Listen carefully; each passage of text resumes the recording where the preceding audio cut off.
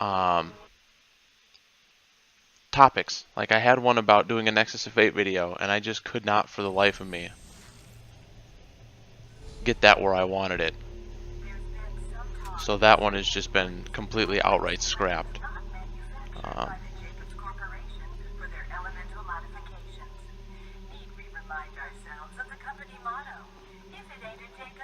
I gotta get my mouse set here. There we go. I have one default setting that I use for Borderlands. It's not quite as Twitch-tastic just because you don't necessarily need the Twitch aiming on this game. I forgot that every time you start this too, I think it restarts you back from just that one spawn point, which kind of sucks. Like we don't gotta go back too far, which is good. But I guess it's not the end of the world either.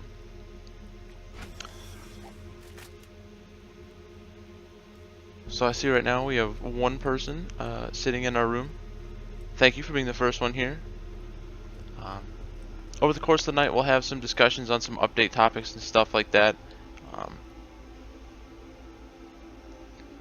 There is, I guess, some good news to discuss tonight.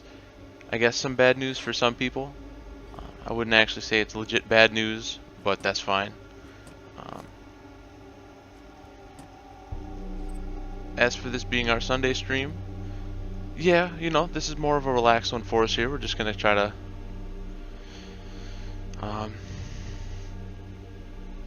enjoy ourselves here a little bit. You know, just relax. We love Borderlands 1.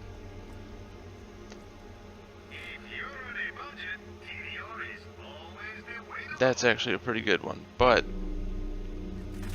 oof, that would most definitely tap us out of all the monies, so we'll wait on that. I hope tonight this comes through okay. I know we've had some hit and miss nights in terms of my capturing device actually capturing it cleanly. I'm hoping tonight it comes out clean. I'm also not plugged in tonight, so hopefully we don't have a lot of dropped frames and stuff. We had that issue last time, but I hate being that hooked up while we're playing. We've sort of looked at some desktops this week.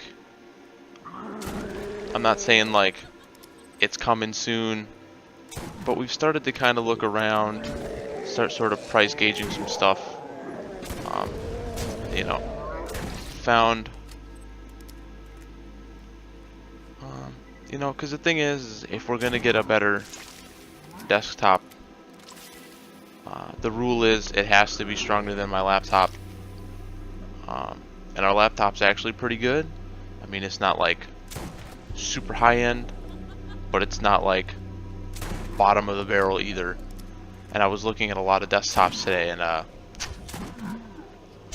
found a lot of desktops that were much weaker than my laptop. So it's like, well, that's out of the question. Because I think right now we have a 1050 Ti, and I don't feel like a 1060 is high enough. I mean, we're talking 1070, 1080 is what we'd be looking for, just because if you're going to upgrade, like, you really got to upgrade. Oh.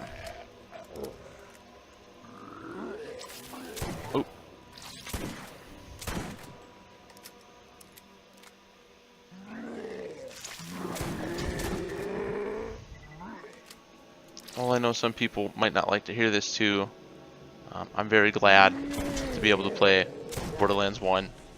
Like I said, this is sort of like my stream night for me. I know it's got the lower numbers, so I appreciate when everyone comes out, or anyone comes out.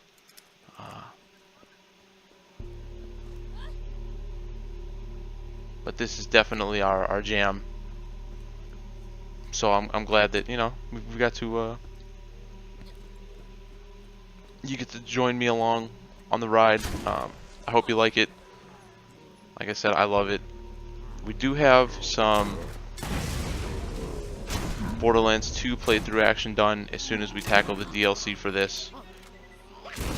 So definitely expect to see some Gunzerker action or something in the future here. We love the Gunzerker. I don't know if we'll hold another vote or not, like we did for this one. I mean, I think we should, just because it kind of follows suit, I guess, so maybe we won't be on Gunsucker. But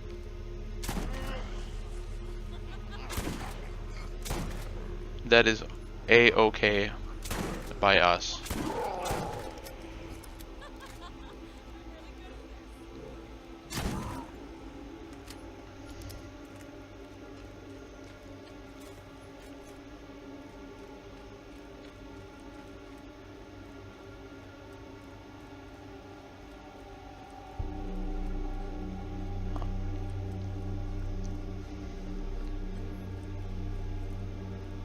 Huh.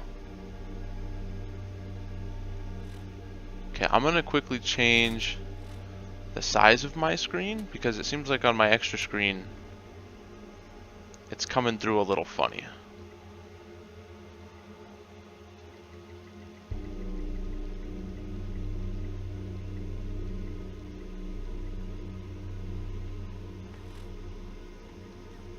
So I'm gonna see if that helps or not. It absolutely did. Okay.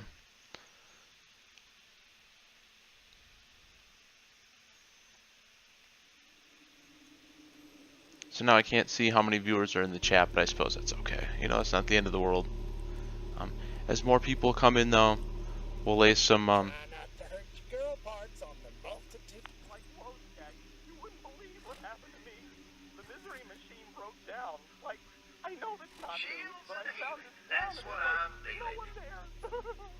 I finally ran into an old doctor who said there was zombies throughout the haunted forest. He seems like a nice old man, so I thought I'd help him out. Who needs the rest of the gang, right?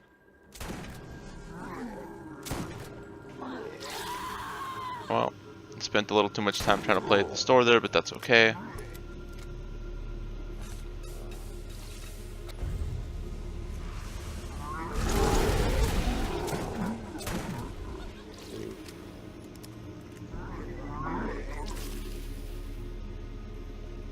The shotgun we have is ridiculous, so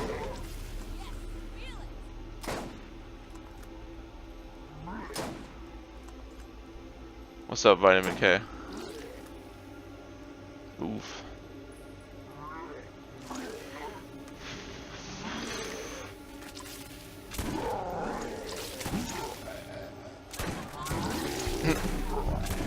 I will say that one, it was nice to have an off day. That felt pretty sweet. We were actually able to record, even though I said my off days would be like no work. I had a good YouTube video idea, so I quickly pumped that out yesterday. I'm pretty happy with the way it turned out. It's our first real video that we kind of tried to make, so that should be up Tuesday.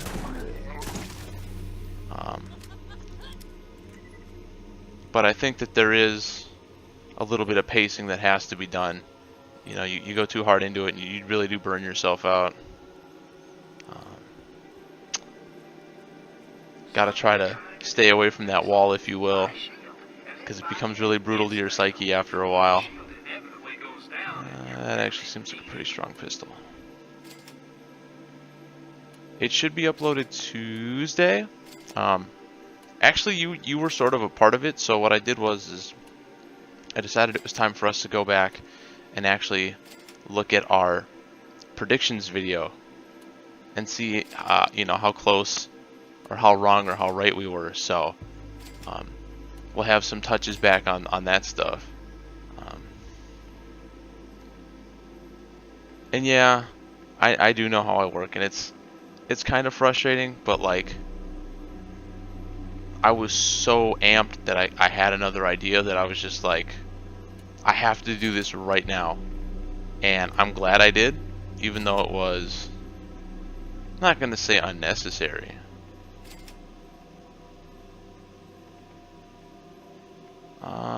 We know this is poop. We know this is, well, not as poop.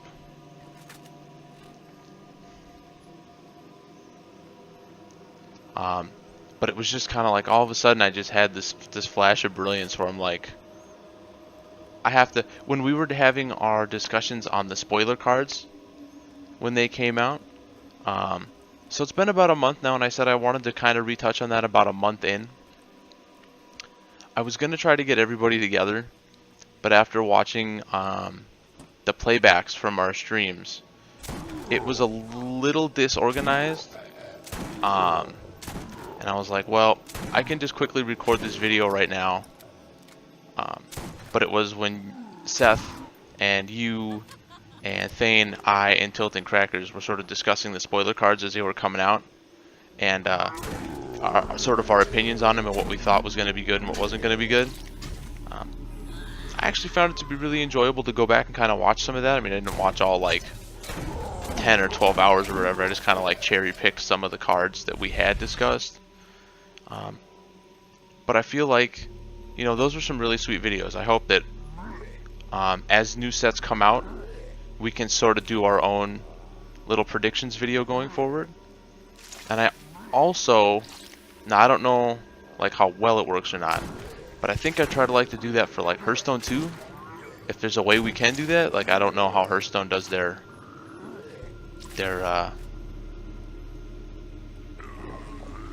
spoiler stuff. But as the channel kind of leans more towards Hearthstone, I think that that would be something fun we could do too. Now I know like Seth couldn't join us for that one, but I know you play Hearthstone, Thane plays Hearthstone, so I think like it could also be another fun little video for us to do too. So I'll have to sort of research how they do spoilers though before I set it in stone that we're gonna really try. You know, I have to see sort of how they reveal them and stuff like that. But I think that that could be something cool for us to do too, because like I said, as the channel goes more into ammo regens, that's actually pretty nutty. As we dig deeper into Hearthstone, I think that it would only make sense for us to have a spoiler video for that as well. Like I said, I have to look into it more first just to see. Maybe if you want to send me like, you know, if there's a website that they use, because I know like Magic has the Mythic spoiler. I don't know if Hearthstone has like a Hearthstone spoiler. But I think that that could definitely be something for us to look into down the road.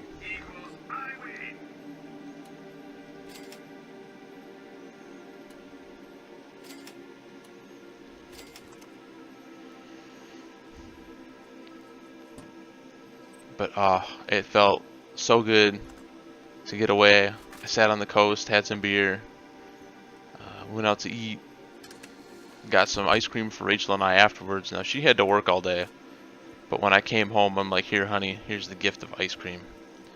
She was pretty happy about that. Got to try a couple new beers yesterday. Got to hang out with my dad. I hadn't seen him for a couple of weeks, so he was super excited to see his kid.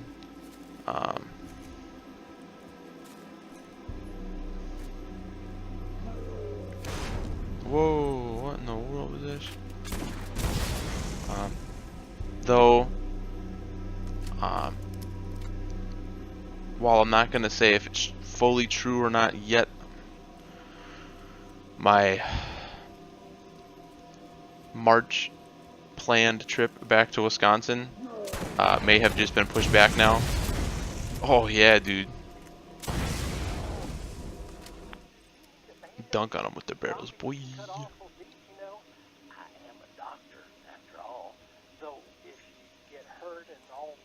I'll probably just let you up and die on account of you discovering my evil plans and all. Oops.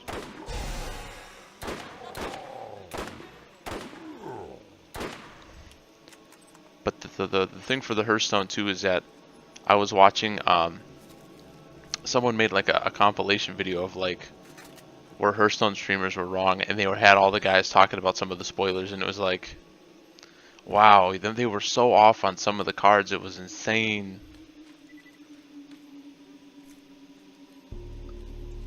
I think we're going the right way.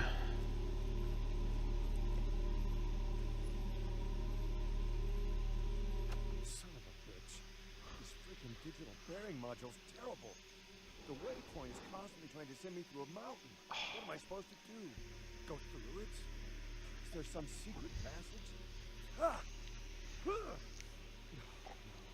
Can't jump over it. Damn it! What? Wait!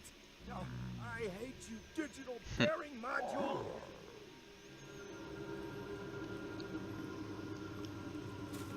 See, that's a franchise, man. Like, I bought a lot of the Dynasty Warrior games, but the only one I really, really committed to playing was the one for the PSP. And I don't know why.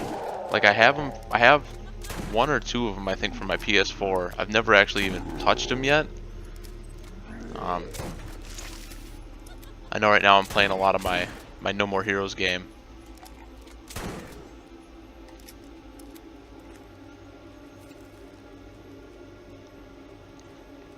But at least I wasn't one of the only person. Though when I started playing, like, I didn't have much knowledge of the game. But somebody else thought the Spirit of the Bat looked like a really good card too. So I didn't feel too bad that I was like, Spirit of the Bat seems amazing. And someone thought, I think it was maybe Spirit of the Bear or something like that. Probably wasn't that good. Or no, they thought it was really, really good. I remember when I read that, I was like, this card has to be good.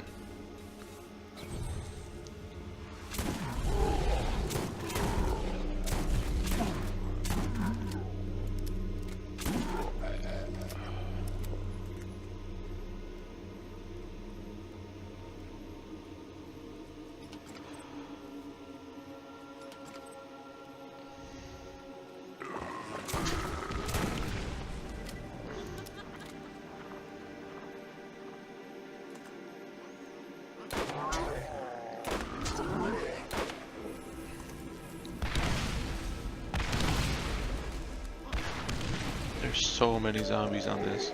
My.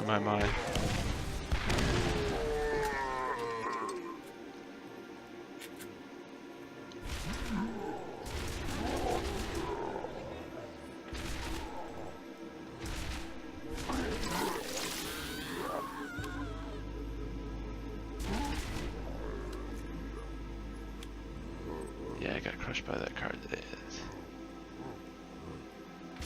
Yeah, like when I saw that card initially, I was like, this card is so good, and then like no one plays it, and it's just like, you know, I still don't think I have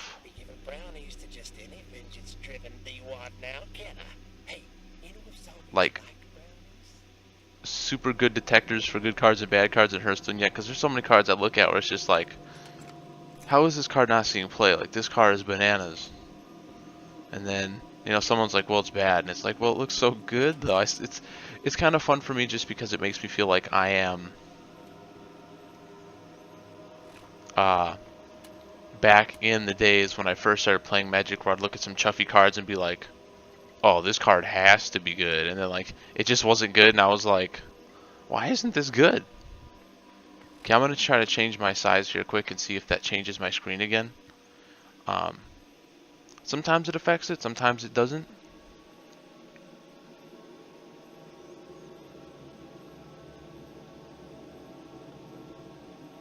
And it did. Okay, so I just got to leave it at full screen tonight, but that's fine. Normally I like it to where I can see my whole screen.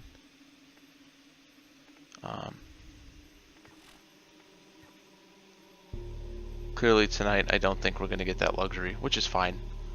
I just like to have the most vision that I can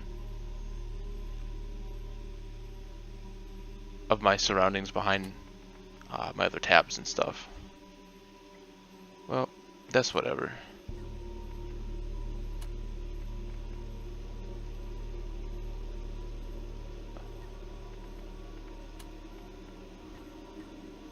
Whatever.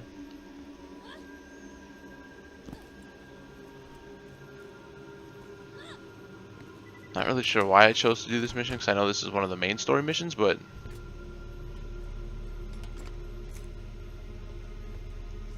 it's all gravy, I guess.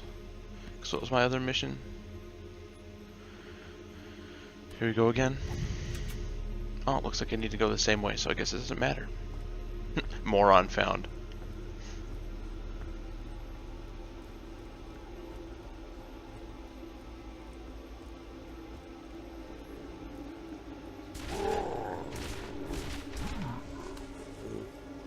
but the off day was definitely a needed thing. I felt really good to just relax and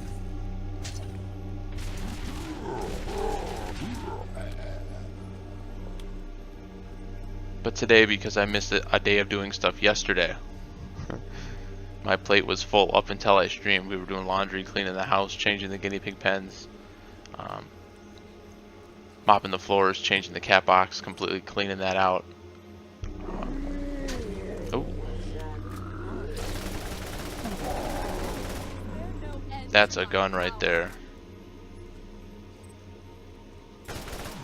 Oh yeah.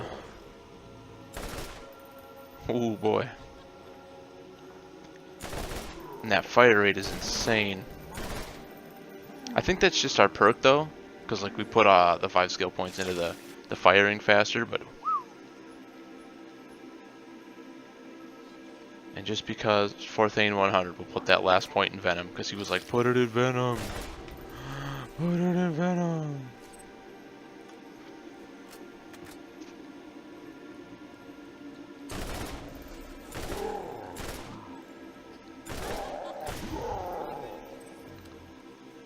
We're kind of quickly learning too that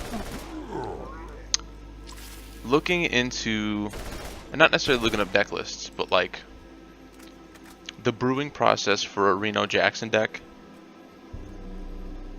even though they're singleton, like there's no reason to not play a good chunk of legendary cards.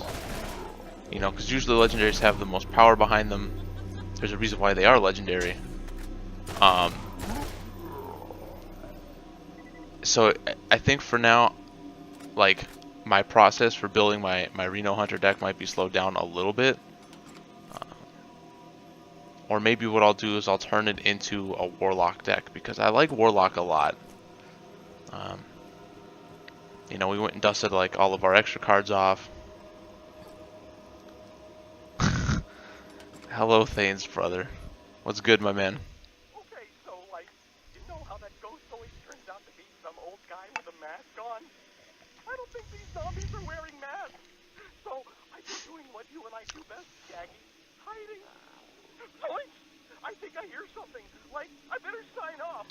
Don't worry about me, old pal. You never think to look in a barrel, right? No, I was floored how expensive some of the Reno decks are. I was like, how in the hell is this Hearthstone deck like 30,000 dust? I was like, that is insane. Though I know they last forever, so I guess it's like, you know, it's not pointless. But holy hell, the price on those are insane. I couldn't believe that. Hey, Thane's brother, if you're not following the channel, you should, just to get me extra follows. But I think you are? I don't remember. It's not like I thumbed through my followers to see who's where.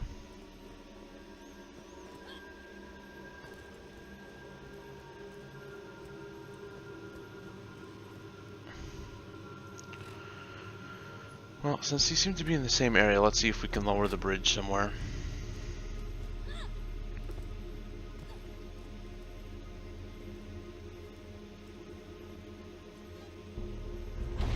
But one of the things that kind of hurts me with Hearthstone right now is that I don't really know, like, I've seen the words like Q block for, I think it was Mage or something, and I've seen like the Exodia and stuff like that, and I don't really know like what's in them to make them whatever they're named. So sometimes looking up stuff, it's just like, I mean, I can read it, but I don't understand it yet. I know that's just going to come with more playtime, which is fine. Oops. Damn, we have our mouse so twitchy tonight, I love it.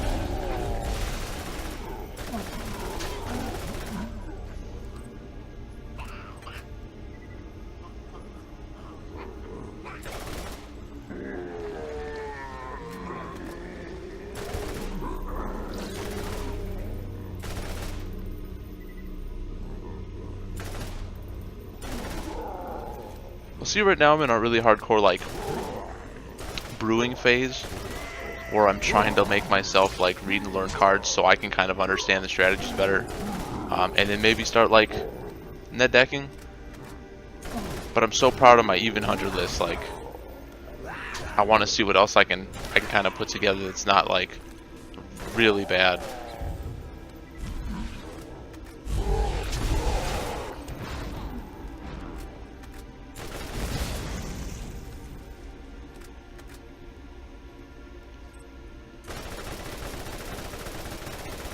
Damn, that thing's got a lot of health.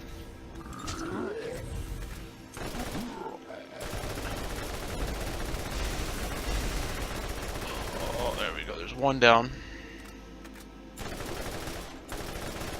And that's two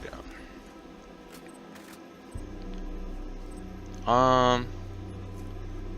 I think for standard, I'm either 15 or 16.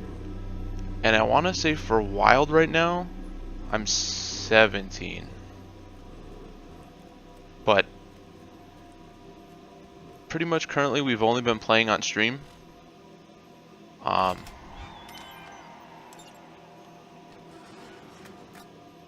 Really haven't been playing anywhere else right now, so.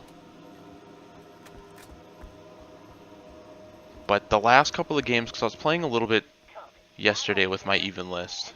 Design this shit in stages, so it'd be more entertaining for me. And I felt like my even secrets list in wild, it's not going to climb any higher. I actually started to run into a lot of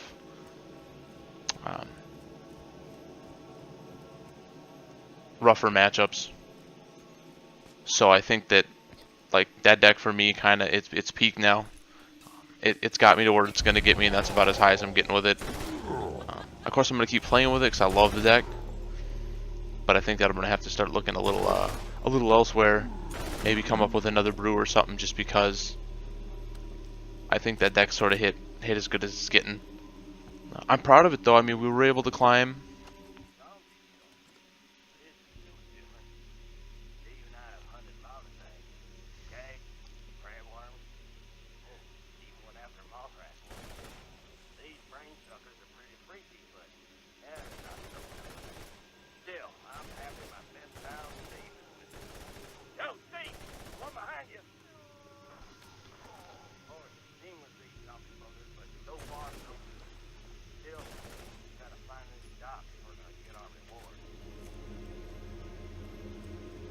But for being our first real deck, oh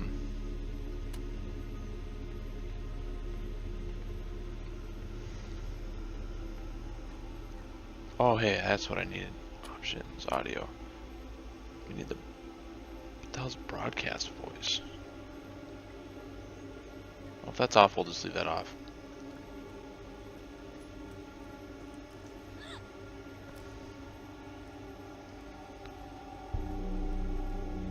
Oh, I know each class has its issues, but I do think that, like, not every deck, you know, will take you into the higher ranks. It's good for the low to mid, or I guess the mid to high. But I think once you start sort of edging a little closer to, oh hey, where's Keg?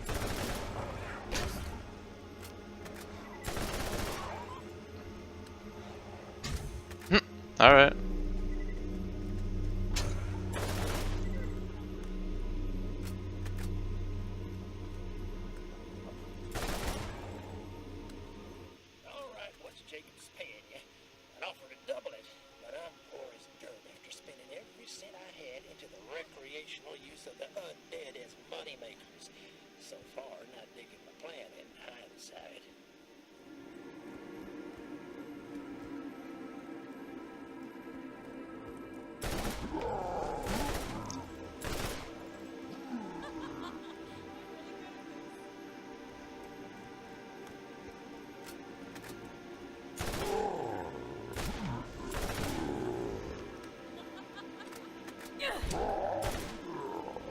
Oh, you know, it actually does hit for a little bit of poison damage. Hell yeah. I mean, sure, it's not really relevant for versus these guys, but that's okay. What's up, Thane?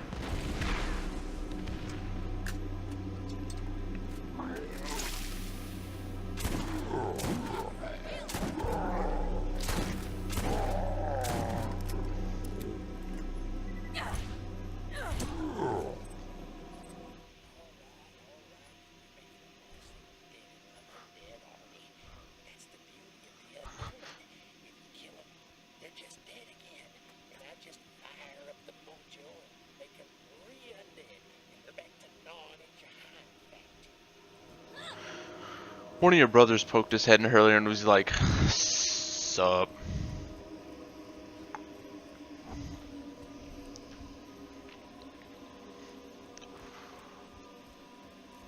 God, that bourbon is strong.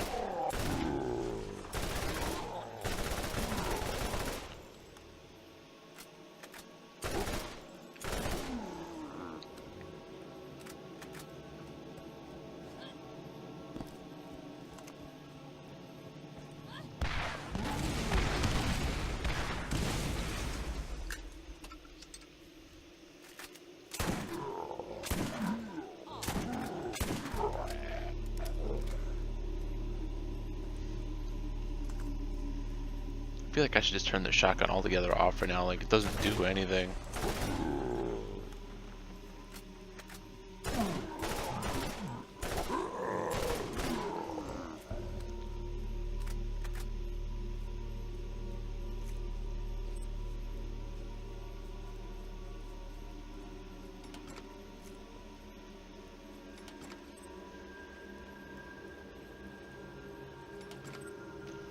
So as I was saying earlier in the stream,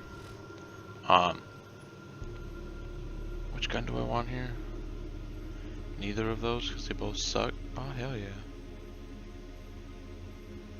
So reload speed is huge. Whatever, we'll just put this on because we never touch SMGs. Plus the fire rate on it should be absolutely ridiculous. That scope sucks. Oh well.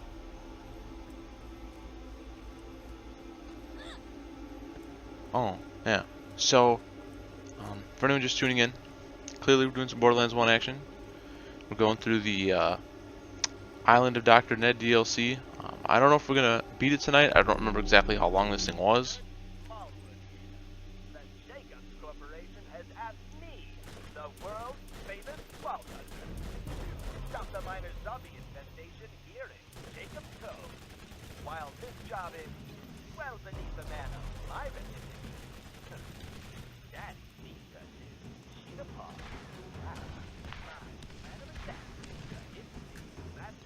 Okay, now you're just getting the dress all over Twitter.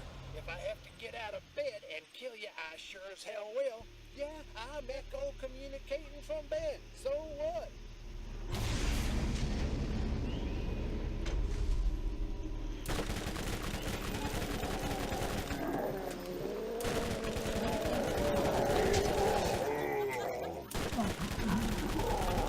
And the usual SMGs. See, I still remember the SMGs being way better back in the day. Maybe it's because I was a lot younger and stupider then, but wow. I still haven't really found an SMG that was like, that's a gun.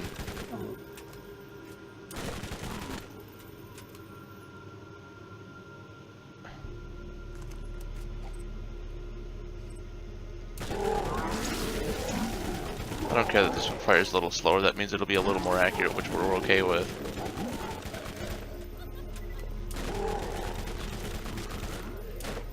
See, that I would believe.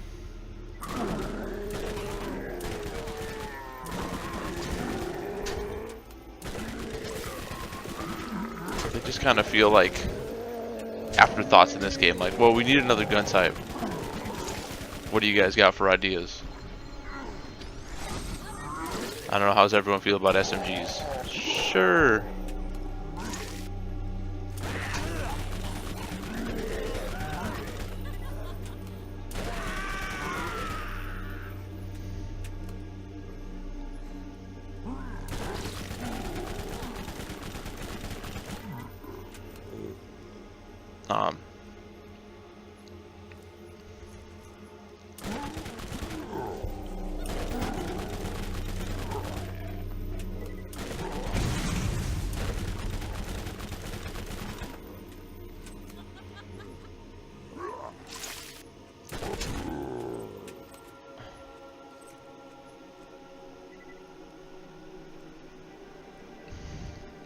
All that ammo that was wasted and didn't even do anything.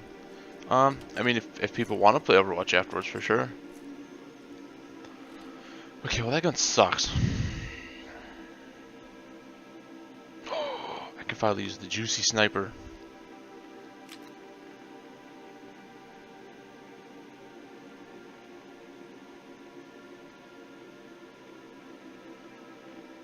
Can I use that weird pistol yet?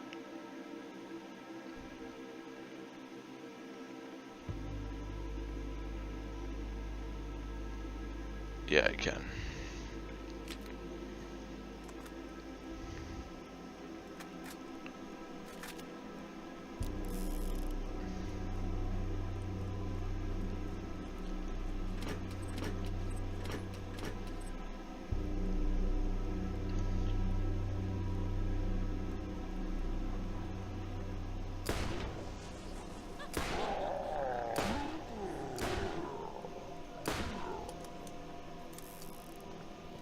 Okay, so it's got kind of a dumpy fire rate, but that's okay, I guess.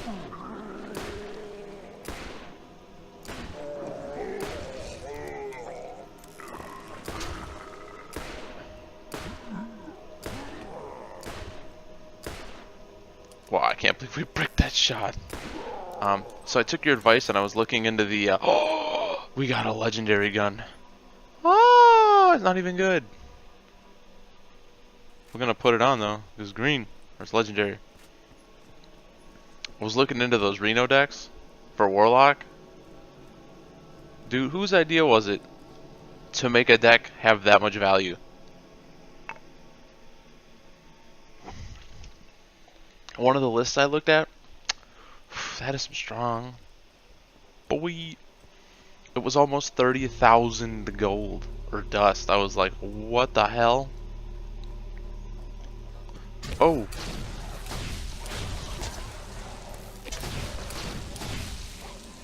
Alright, so actually, this revolver actually feels a little better. It fires a little quicker. The acid damage is huge. What the hell's that? Oh, I was about to level up and I prematurely killed it. Oh well. I don't like extra experience anyway. It's stinky.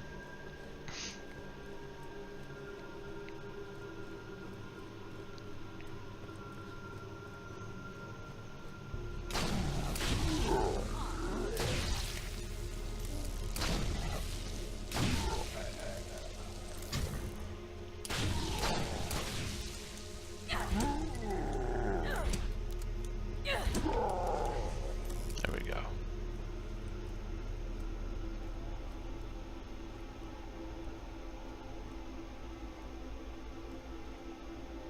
I think it's done. Oh my God.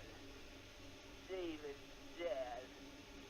I can't believe he's gone. I really miss him. I can almost hear him.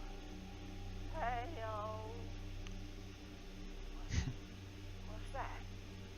Oh. Oh, my angel. Dave! Hey, man. I thought you was dead. That?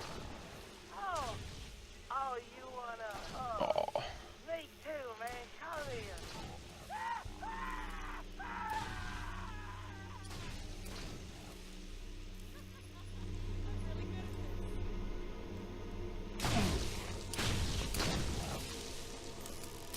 Yeah, I want to say the New Year's went till the 14th.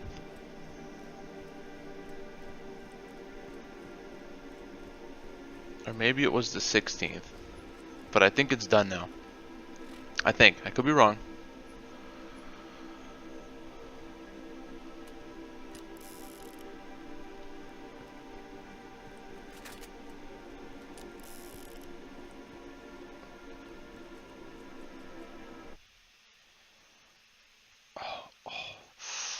Oh.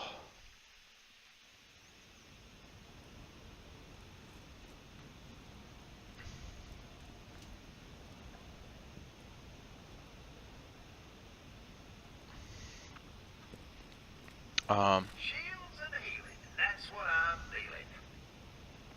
Start dumping some of this chuff here.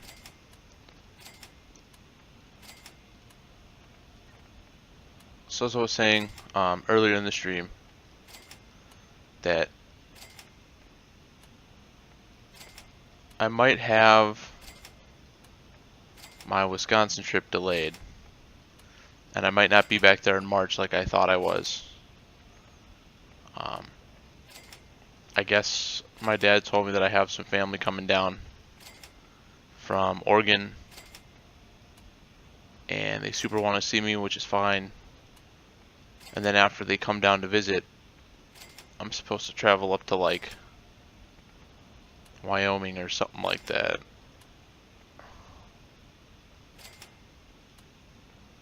So for now, I guess as the normal, my Wisco trip might be delayed. We'll see as time goes on.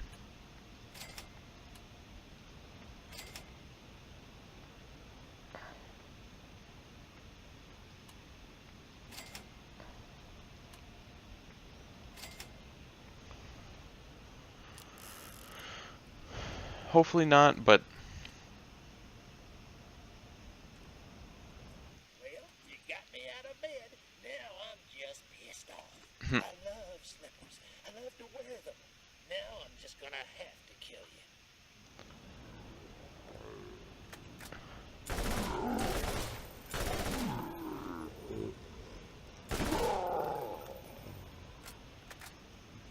I think we're actually nearing the end of this DLC.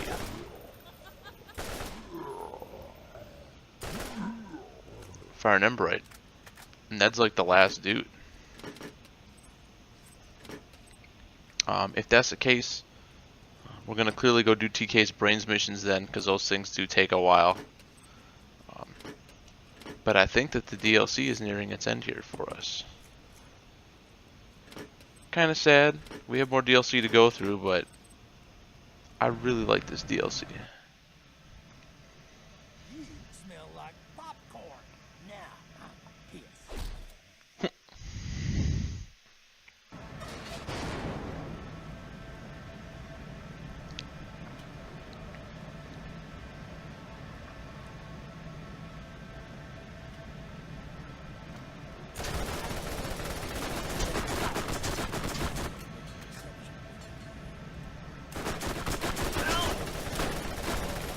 Dude, get dunked on.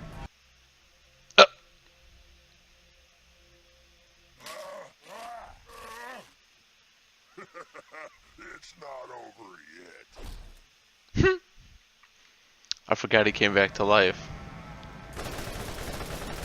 But I feel like because we're on playthrough 1, this is going to kind of be a cakewalk.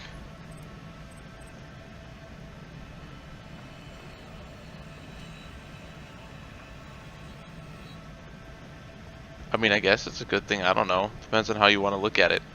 I mean, I know I've said for the last couple of weeks now, like, I have plans to, and it seems like they keep kind of getting shoved back on us, so... where'd he go? Whatever.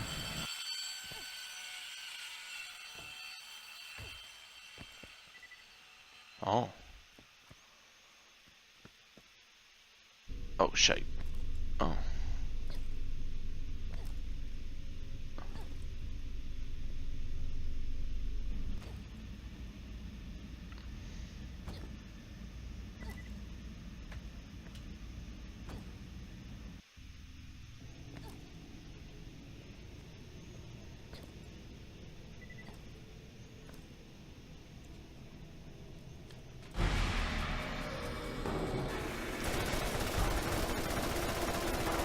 Dude's gonna get dunk-a-lunked on here.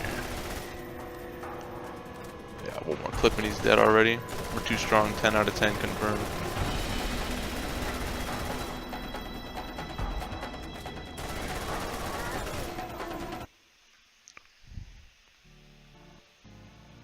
The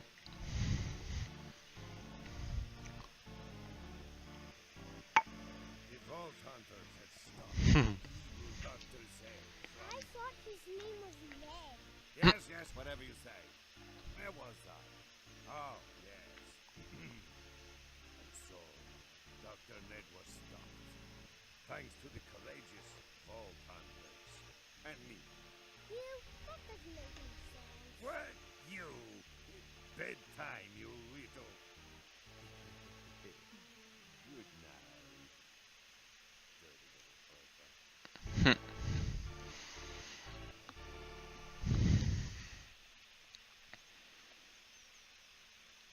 Hard to believe this is already from 2009. Like, this game's like you know, 10 years old already. That's just insane to me. Doesn't seem like I've been playing Borderlands games for that long, but yeah, I guess. It's okay though, we still have some missions to do. We didn't turn in all of our missions yet.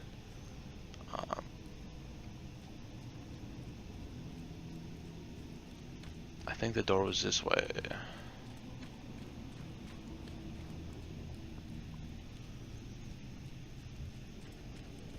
Thought there was a fast travel out of this place. Maybe I remembered wrong.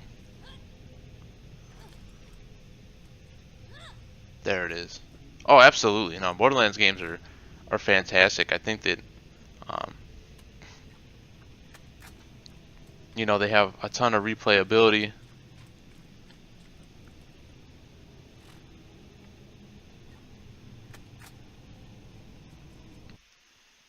You know, the leveling up your character. I mean, we only hit 40, so it's not like we're necessarily, I guess, done, but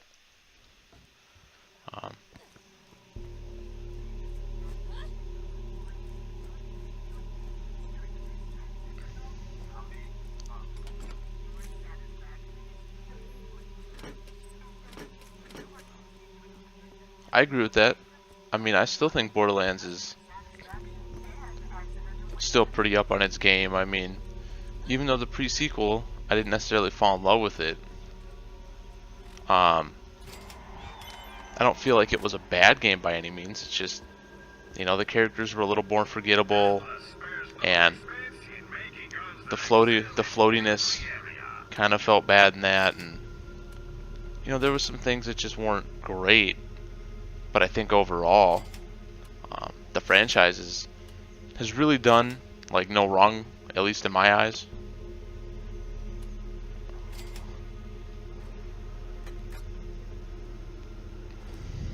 Yeah.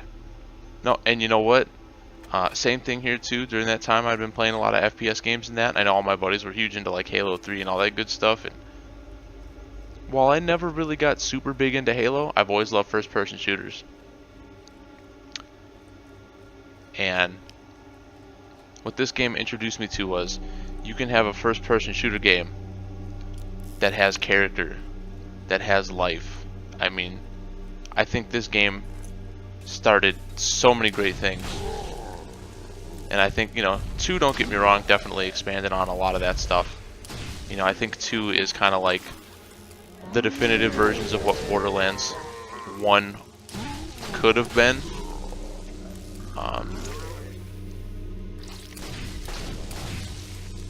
But for me, I just like 1 so much because, you know, it was the first. It opened my eyes. It changed my mind.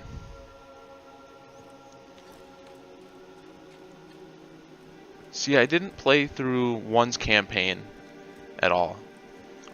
I played through Halo 2's campaign. I pretty much only played 3 for the online. I thought 4 was pretty good. And 5 I only played online. I never touched the story, I think once. I tried to, but I didn't care. I just didn't care.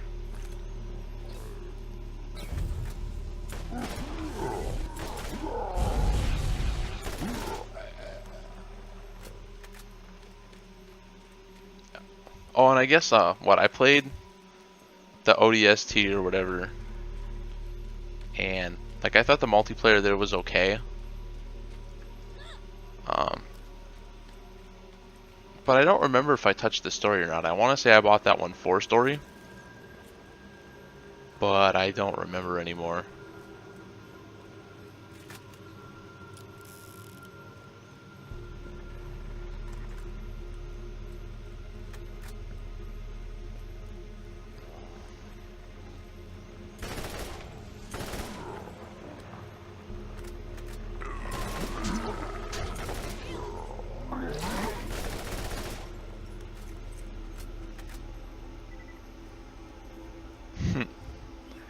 Well, like I said, you know, I thought the multiplayer for it was kind of okay.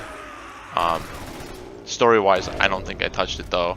I do know a lot of people sort of frowned upon ODST pretty hard.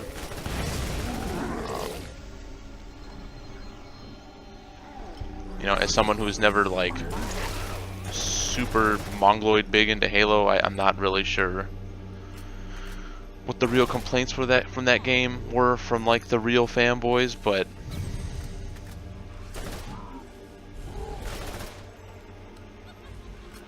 you know, I'm sure the people who played Halo a lot probably had their reasons why they didn't like it. Sort of like my feelings toward the pre-sequel for Borderlands. As someone who loves the franchise, it just missed the mark to be decent. I don't know why. It just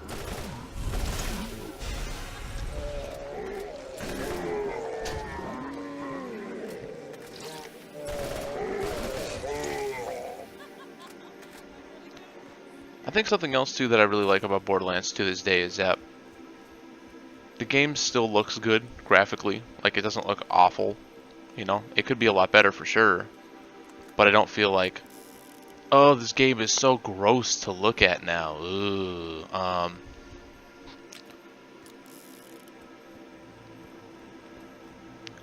And every now and then, like, I'll just put on a Borderlands game and just play through it again. Which is kind of what sparked the playthrough for this, is just like, at least once a year I go through a Borderlands game. Oh,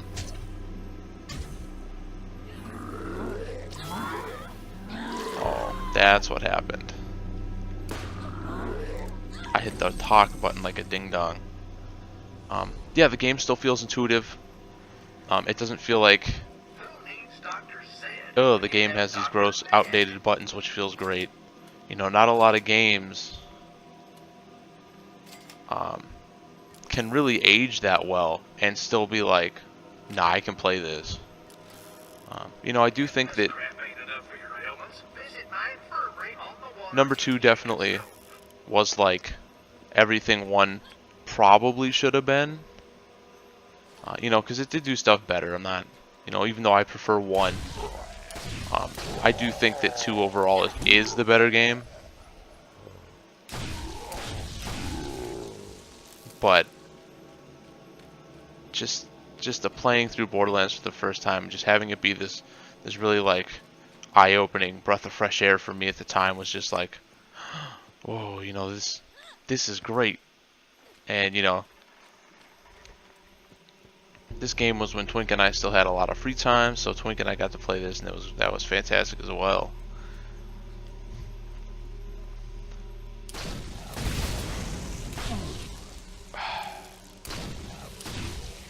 I don't know why I keep trying to use... There, I'll just do it this way.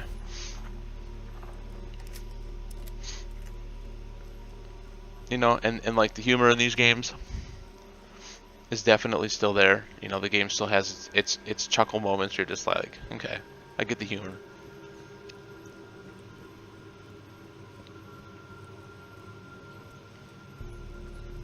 And then for those of you who haven't noticed, we greatly toned down the size of our cam in the corner. I feel like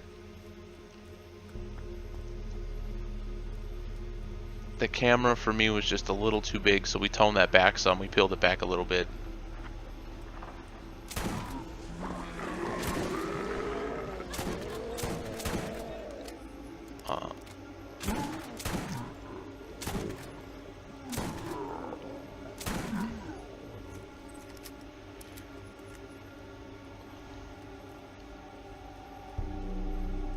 No, it was this way.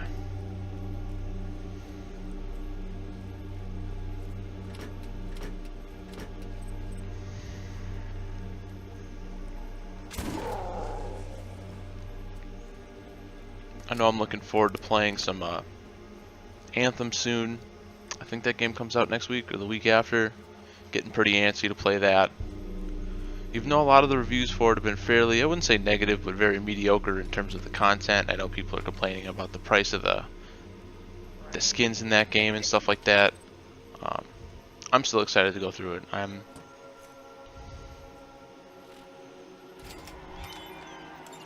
let's get the Hondo brains, baby.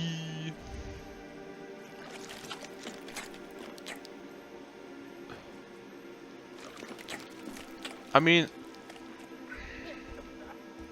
maybe it would, but I feel like Borderlands has to keep the humor that Borderlands had.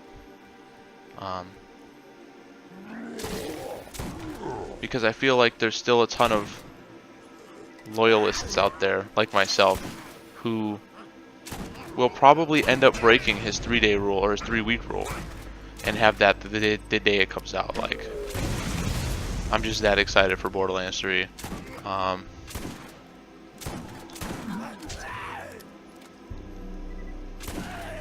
And I know that I don't think they necessarily have to tone it down, though. I don't think anything in Borderlands humor is necessarily offensive. So I would hope not.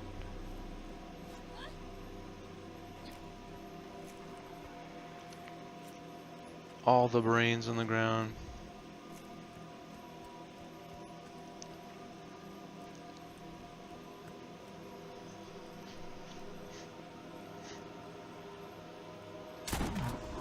I think the only thing I really wish for in number 3 is like new feeling character classes. Don't get me wrong. I love the old standbys of soldier, essentially sniper, big beefy. Like, I think that those are more than acceptably solid for Borderlands. But after playing like the Necromancer, you know, she had a really sweet feel to her. Playing Craig, the Psycho, I thought Craig had a good feel to him. I think that, you know, Handsome Jack added a lot to it too. I think that, I'm not going to say the game needs, because I think that's a lie. But I really hope that they do some innovating on the character classes themselves. You know, gunplay I think will be fine. You know, I'm sure the story will be fine. I just, like, personally, I don't want to see another soldier that's exactly like the last couple of soldiers. I don't want to see a sniper that feels exactly like Zero and Mordecai did. Brick and the Gunzerker did feel different, which was nice. But I don't really feel like they were so much different. And the Sirens, I really thought were just pretty much more of the same. So for me, that's my hope, is just funkier character classes. I guess that was something that Borderlands pre-sequel did well. A different feel for the characters. Not gonna say they were great. I definitely loved. I thought Wilhelm was pretty sweet. I loved his voice lines. You know, Claptrap felt a little different.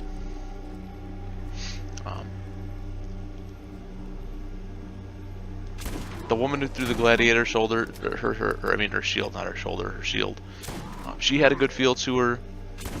The cowboy I kind of felt was a little bland. I was most excited to play with her, and I felt like she's kind of meh. I loved Handsome Jack's idea with the whole, like, gaining money and all that good stuff and having it be a multiplier and that. Like, he was done well.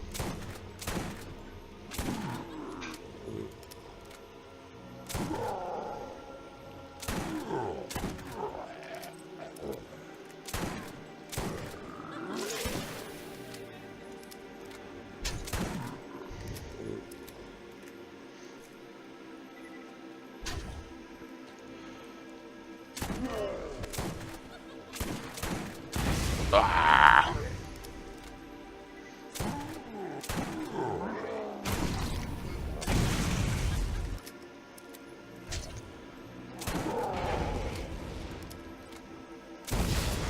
Ah, lame.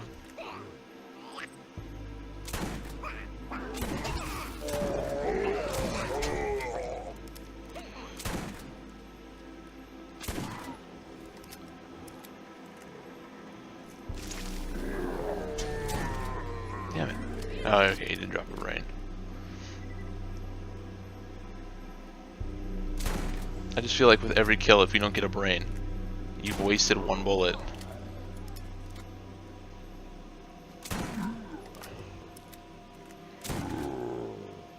Now I will say too, when Borderlands does come out, the Savage Masher. That's a name. Where's my equip stuff?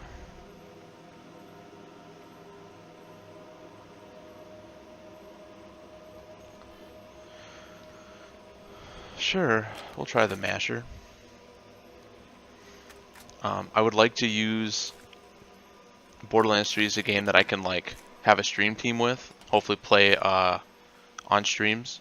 So for people who get it in PC, you know, join the Discord and maybe we can try to get some a designated like Borderlands day in.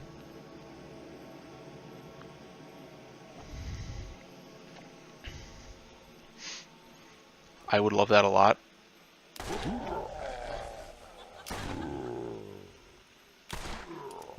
Okay, well at least the mashers are just as good as I remember. Pap.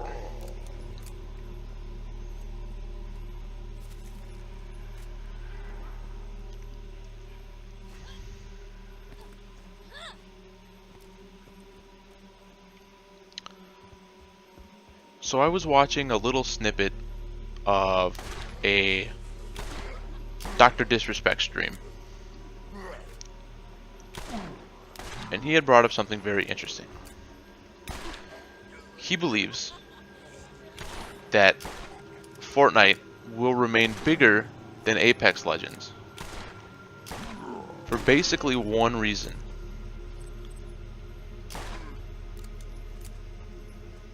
Did I pick up all the brains? Hell yeah, I did. And it boils down to the building. And I kind of feel like he's right. I know a lot of people who play Fortnite love the building. And when you can be a better builder, that does make you a better player. As someone who sucks at building, you know, I can't hate on Fortnite just because of the building. Like, to me, that's pretty pointless. I mean, the numbers the game is pulling in right now is insane for sure. But I do think that once they once people start to get bored of it, because there's no building, then it just becomes another game essentially. You know, I like Respawn as a company. I'm sure they'll be able to do something to keep things super fresh. I have faith in them to keep the game going. Oh. But I think that old Dr. Disrespect could have been correct in saying that, yeah, you know, Apex will never be the dog that, or the game that pushes the top dog from the pillar because of the building.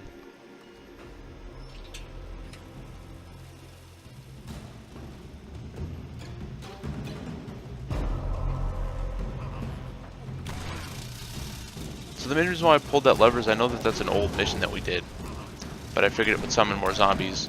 There's also some machines up there to sell at. Pretty sure we're getting full on space here.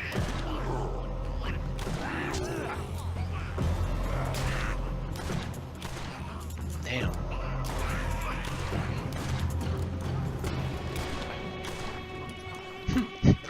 You can't say hi, Dad. I mean, I guess you can.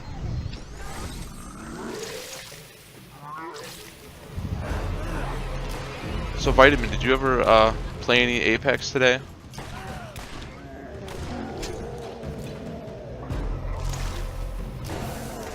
Oh, it's a badass Tankenstein, boy. Yeah, we're so dead here.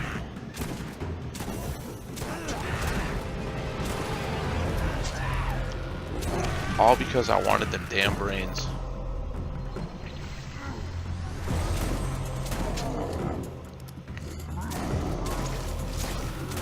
Okay. Well, I just asked because I knew you were looking for somebody. As someone who's only pretty much played that game single player, yeah, it sucks to play with. Like, you really want a whole squad the whole time. Yeah, the pinging system is kind of nice, being able to, like, ping things so you don't have to talk to people. But I've also had people who ping spam too much, so they're like, gun here, gun here, gun here, gun here, gun here, gun here, and it's like, dude, you gotta stop, dog. I got it the first time. There's There's a gun on the ground, thank you. But you don't gotta sit there and just keep mashing the button.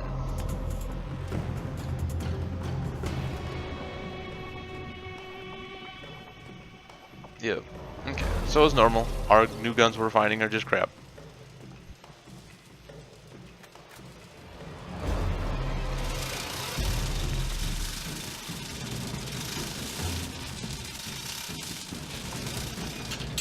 There we go. At least I thought there was a machine up here. Oh, you can't open the door once you've killed Dude Man Guy? Oh, lame sauce. Oh well. Guess I don't sell stuff. It's okay, we're getting more brains.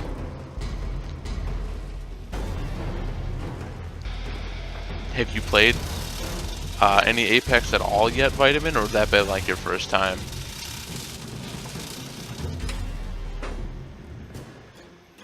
Thought I picked up a blue shotgun. Oh, I did.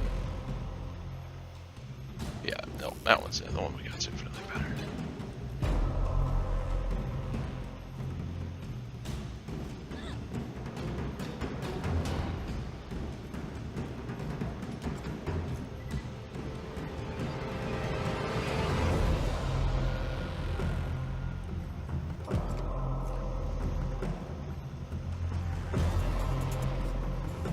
Really? Okay.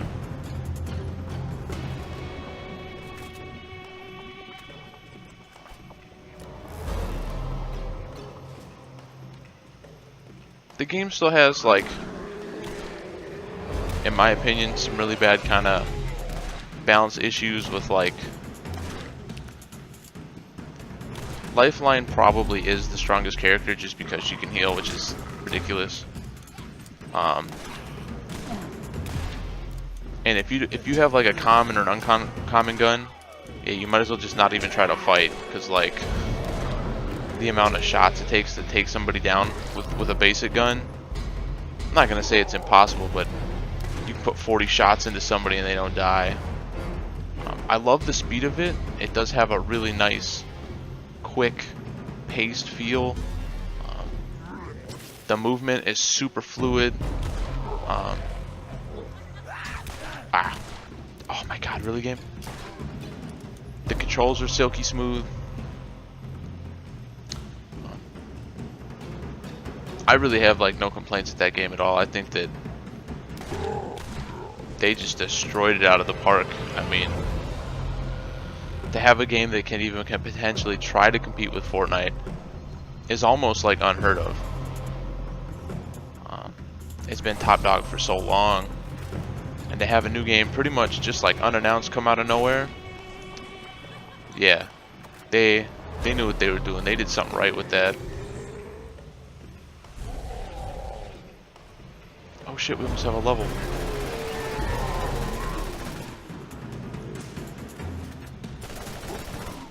We're so close to leveling up again, boy. Huh. I like that. Like I said, I think the game's really good. I found tons of enjoyment out of it. It's just, yeah, you really have to squat up.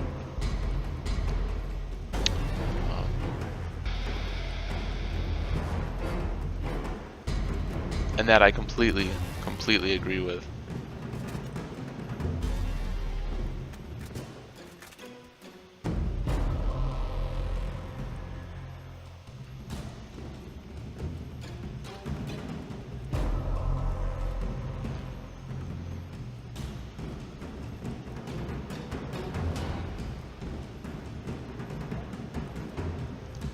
See, for me, I love that game just because I really like first-person shooter games.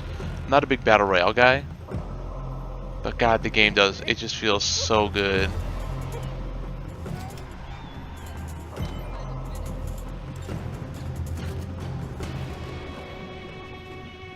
I want to put a skill point where I want to put it.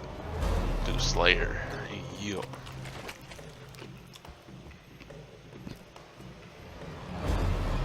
So we're gonna grind out as much of the DLC as we have left here. I think all we actually have left to do is our brains missions, and then I think we're 100% done with the Dr. Zed or Dr. Ned DLC.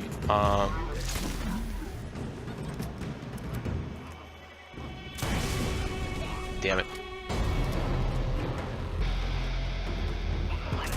Oh, I wanted to get his brains. Depending on where we are, once we get this brains mission done, I may end up just calling it a stream, because like we did last time, next stream we go right into a new DLC. So this stream might be kind of coming to an end here. I'm not really sure yet. I mean, we still have a lot of brains to try to gather up here.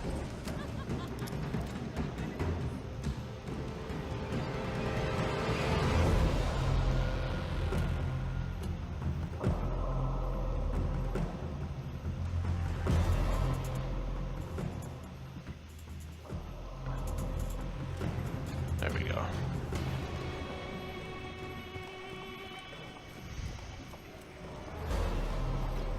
But I enjoy being able to start off our Borderlands streams, especially like the DLC chunks, with a fresh start of like we're just getting into the DLC, so people can watch it right from the beginning instead of having like a, well, for those who missed it last time.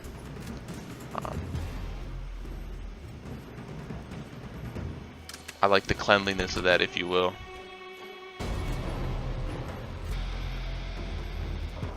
I gotta find a machine soon too, cause like I gotta be about overloaded on stuff.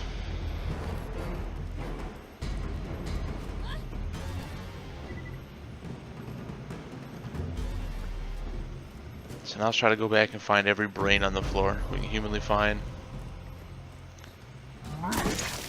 Wow, that was a bad shot.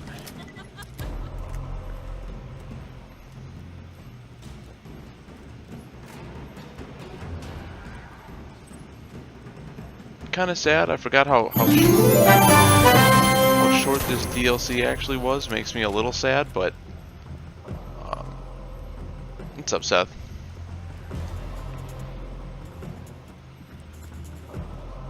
Ooh, hell yeah, we got another subscribe, boy.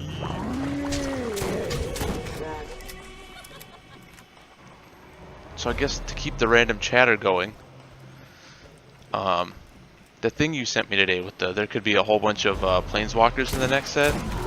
I don't know. Like I said, I think for me, the standpoint I take with that is due to the draft environment, I feel like they wouldn't do that. Not to say there couldn't be, you know, a handful of them for sure, but I hope they don't have a set where it's a whole bunch. That just seems so odd to me.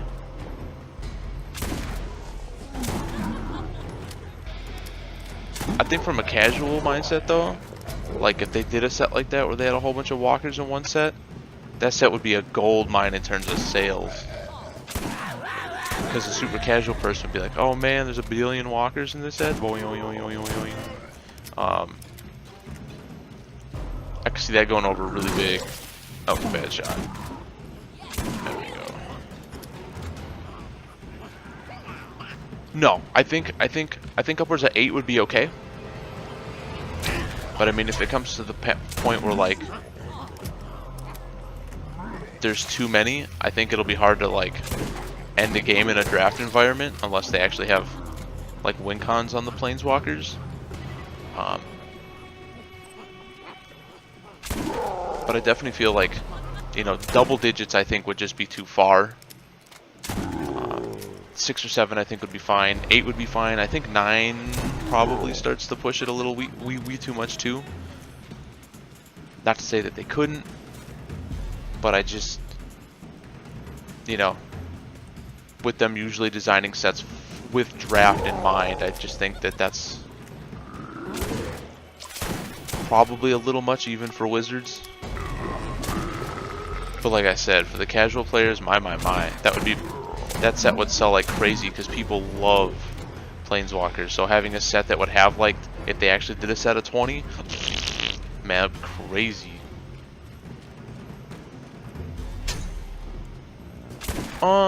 Well, I mean, as like a specialty set, oh for sure. I don't know about like a regular set. Not to say they can't. To me, I find that, like I said, a little weird. And you know, the fact that Wizards is so hush-hush on things does lead to more questions than answers, as always.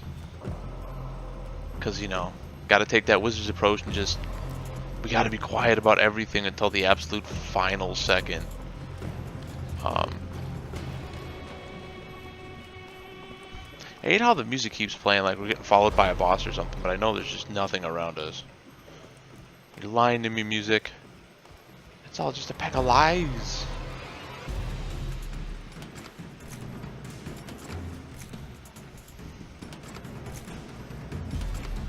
You know, and as we were discussing too with they are trying to design new stuff with Planeswalkers in mind in terms of core game mechanics and stuff like that. You know, I think that's a good thing. Like I said, walkers at instant speed I think could be really spooky, depending on what they did. I do think it would be sweet though if you had like a walker that at instant speed had like a counterspell tied to it. Or maybe like a mana leak or something. I think that could be really cool. But I do think that also becomes, like I said, just a little scary. I'm not really sure how much I'm in love with the idea that like they need new designs for walkers.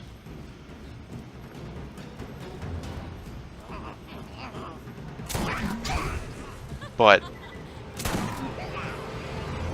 I also understand that you got to kind of keep your stuff fresh as well. So, no. Hey, I actually got him. And I think I got a brain off. Oh yeah.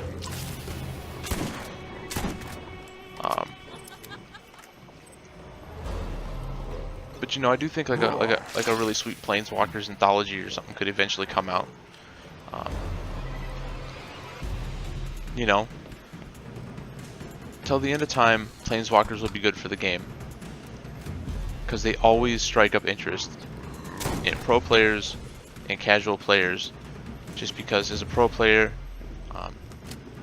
you know, Planeswalkers do have some really devastating effects.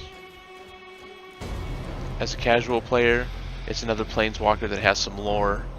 Maybe they're from a plane that you love, and you know, that kind of sets it up for you to be the end all be all in terms of coolness.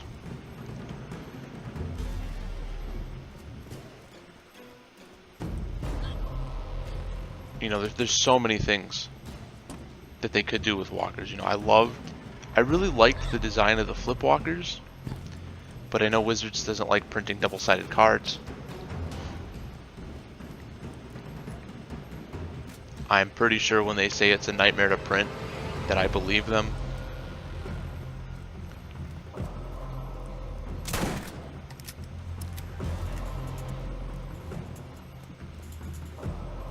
Like I said, I'm still just a little scared about the idea of having a instant speed Planeswalker's ability Planeswalker. And I don't want to see another Tybalt design where, well, because it could potentially be too good, we've designed pure trash.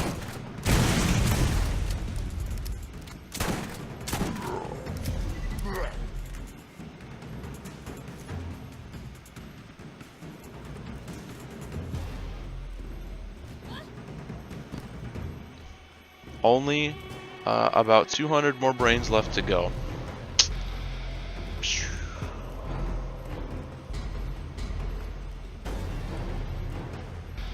All the excitement. Oops.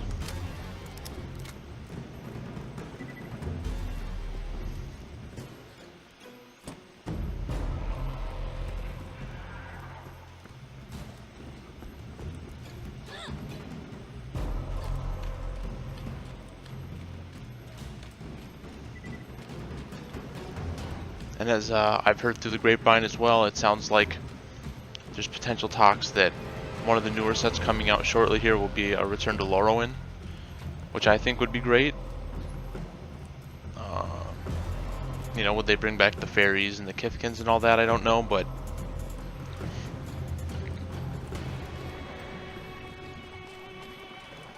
I loved the art from Lorwyn, so I would be perfectly fine with a return there.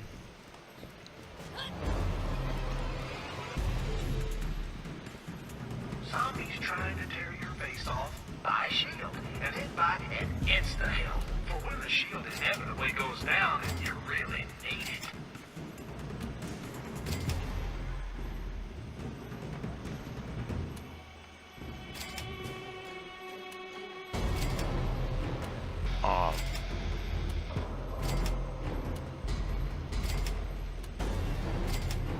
Though I know there's a lot of kind of sadness behind it, I really would like to see a return to Kamigawa, because now with the newer rules change for legendaries and stuff, I really think that it wouldn't be as bad this go around as it was last time. Oops.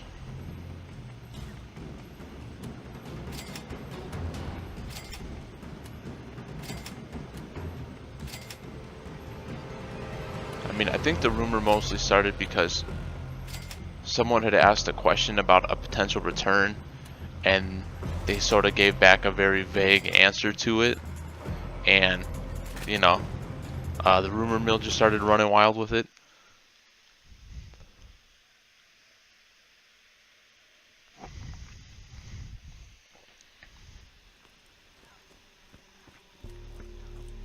I would love to see it, but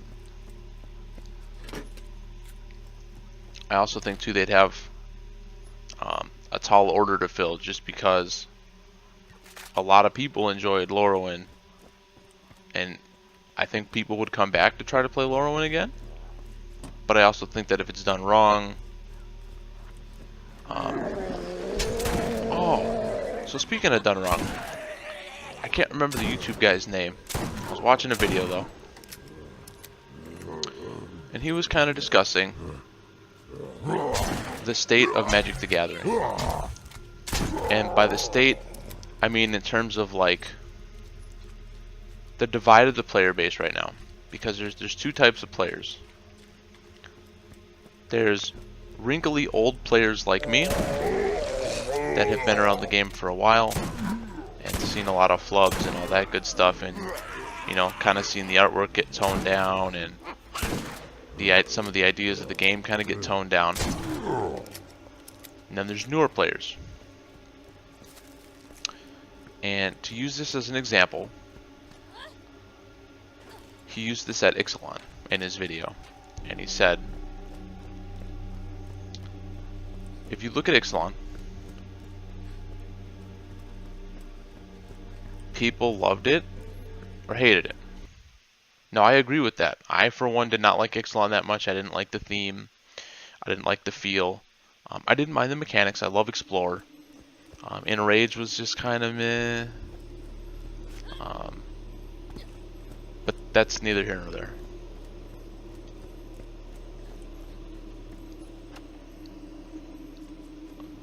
And he said the older players did not like the Ixalan set. Now, that could be true. Like I said, I just didn't like the feel of it. But he had said, with Wizards' design team right now, do you try to appeal to the older players like myself, who loved the older, darker, grittier stuff? Or do you design cards in mind with younger players, like 20-year-olds and under?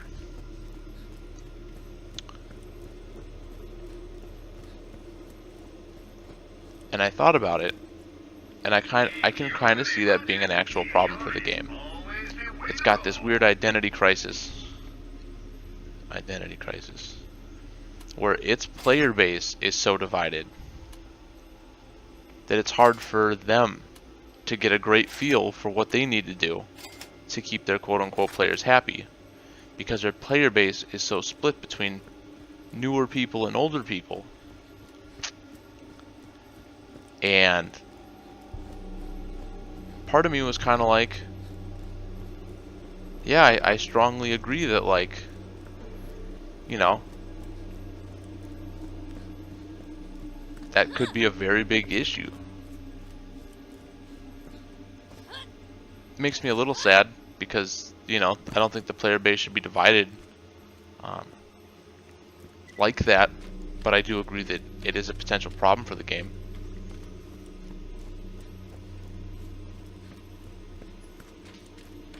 Is there a fix for it?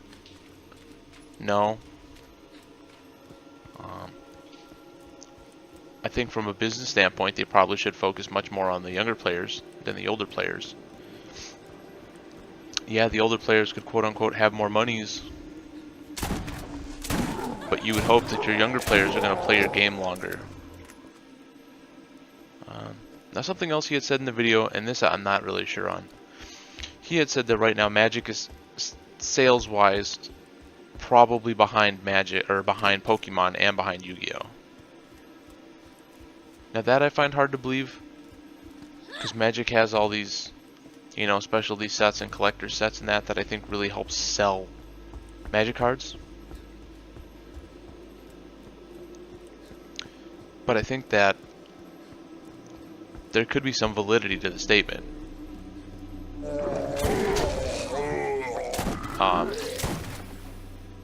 You know, if you're going to focus on your player base, or a group of player base, you probably should go with the younger players. I don't know. It was something I found. I thought it was pretty interesting. If I find it again, I will share it on the Discord so people can see. Now, I will say, the guy making the video, the gentleman, was probably like early 20s. Maybe just turned 20, like much younger gentleman than I am.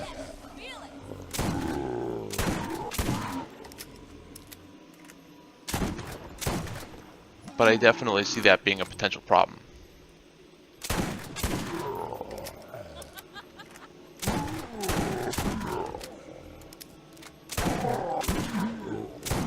And I think Magic players too, or the Magic community, really does try to find problems instead of just like being happy with their game. They always have to nitpick at something or someone or a group of people instead of just being like, we're card players and that's it.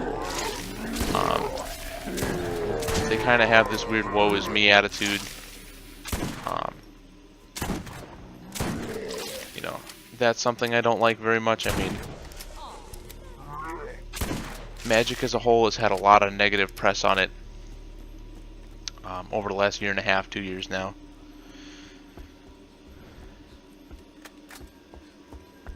And while I definitely think that that can change...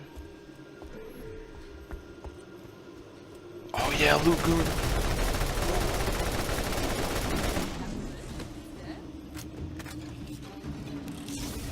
I still feel like Magic players are inherently wired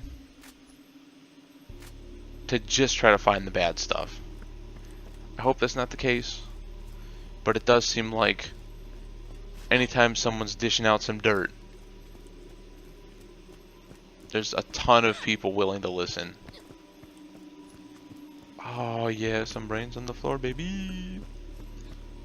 I'm really good at this. Do I find that a bad thing? Of course I do.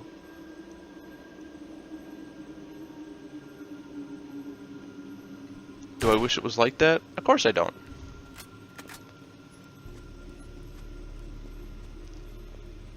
Well, I mean, I'm not necessarily saying like, you know, you can only focus on one demographic, because I still think Magic as a whole has the broadest audience compared to a game like Pokemon. You know, Pokemon has its demographic, and I'm not trying to sound sexist or, you know, anything like that, so don't take this the wrong way. But Pokemon is focused towards little kids and girls, in my opinion. You know, feel free to jump all over me in the comments and shit on me if you'd like. I respect it. That's just from my experience as a player, what I've noticed. I mean, but Magic has great appeal to everybody. You know, little kids like it, older people like it. You know, it's got the widest player base. but I can kind of see where his argument is coming from, because, you know, as they come out with newer sets, it's going to be different themes, right? And with those themes, does it click with every age group or every group of players? The answer is going to be no. You know, does that lead to less sales? I would assume so. I don't work for Wizards, so I honestly don't have a 100% answer for that. But are people still going to buy like singles? I would say yes. You know, Ixalan was a horrible set, in my opinion. I really wanted the pirates in that to be cool. I felt the set was kind of grossly lackluster. The Jace still gives me nightmares just because that art is... Cunning Castaway has, in my opinion, some of the goofiest art. Especially for something like a Jace.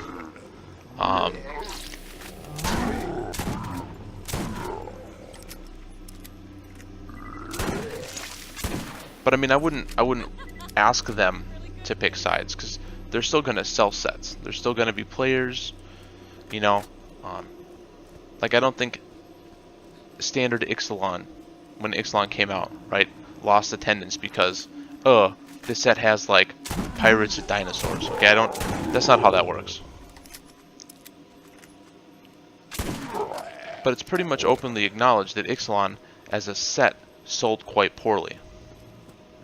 Now, that could have been off the back of Hour of Devastation and Amonkhet, because I know a lot of people did not like those sets either. You know, be it power level or feel of the set.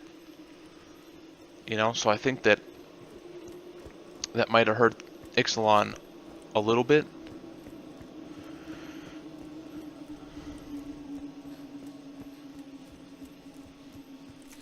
You know, I don't think sets should be lynched for past sets' misfortunes, if you will.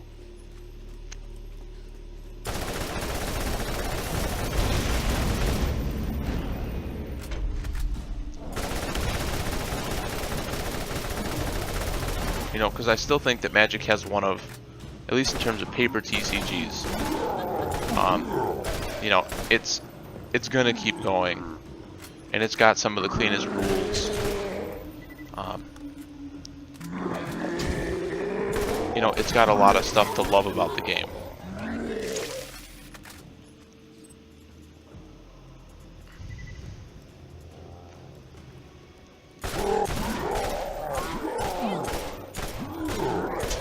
Now see, don't get me wrong, I definitely think that did help sell the set.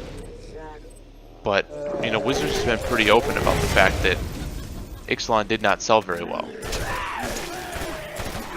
And, you know, so, like I said, that's kind of where their argument comes in, where it's like, you know, why did this set sell poorly? Because there's people who buy packs, like Rachel, just to buy packs.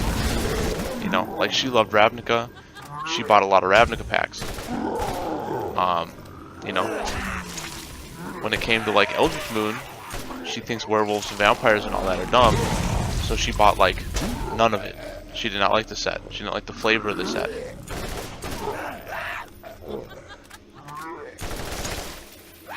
I mean, there's all these things, you know, that can kind of happen with sets, and it's hard to speculate on why it didn't sell well.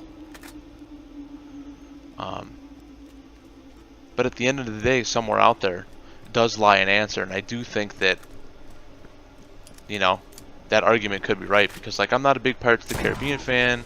Personally, I don't care anything about dinosaurs. So really, for me, Ixalan, while I loved the idea of the sets and I wanted pirates and that to be sweet, I didn't buy any Ixalan. Like, I had no intention to buy any Ixalan. Because I really wanted an Egyptian themed set. I did buy some Hour of Devastation. I did buy some Amonkhet. I do feel like those sets weren't that great, though. They had their cards for sure, but I wouldn't say the overall structure design of the set was solid. If anything, I think it would be just the opposite. I think that those sets were, kind of like sorely lacking. I think in my heart of hearts, Ixalan felt more like a commander set, like an actual commander release, because of the dinosaurs, because of the pirates. I think that that's, as witty things and funny things in that, like, that's cool. But I think that from a grown-ass man standpoint, I just couldn't get into the set.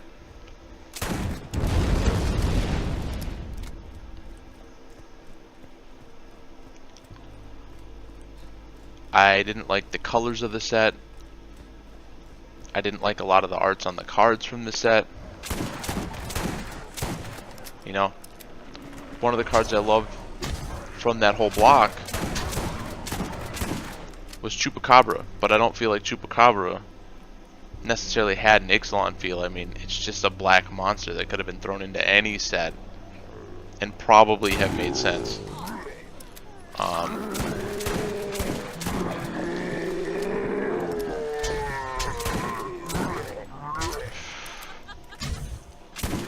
There we go.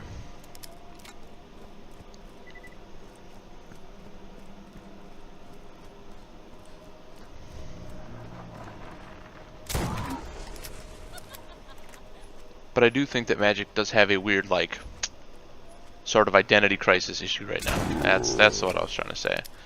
I don't think it should necessarily change anything, though. As a matter of fact, I think that's good that Magic does have so many different demographics it can pull from. I think that's a great thing for Magic. I would never want that to change. I don't want it to be like an exclusive game,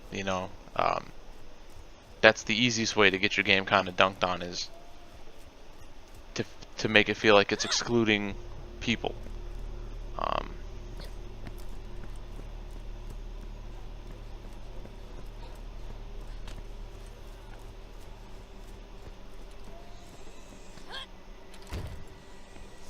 But yeah, just an interesting little video that I came across today while I was getting some work done, and I'm glad I watched it.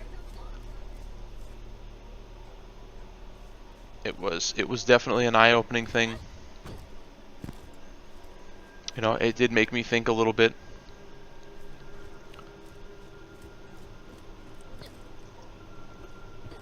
Oh, I thought I was gonna get stuck.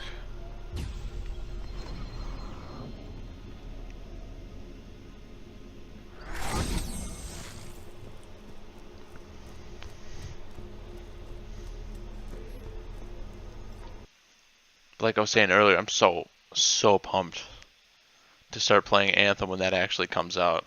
Like, I don't care how many people are really looking down on the game due to what they find to be horrible practices. I just, the way I look at it is you're gonna complain about a gun or a gun skin or a mech suit that you think is overpriced. You know what?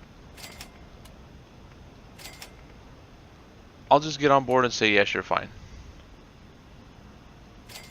It is definitely quote-unquote overpriced. Let's buy this back, because I think this one's actually better than the one I have. But if you don't agree with the prices on the skins, don't buy them. And for me personally, I don't feel like a gun skin or a mech suit armor is going to make me go, well, now I can't fully enjoy this game because I don't get the skin that I want. I have a hard time with that.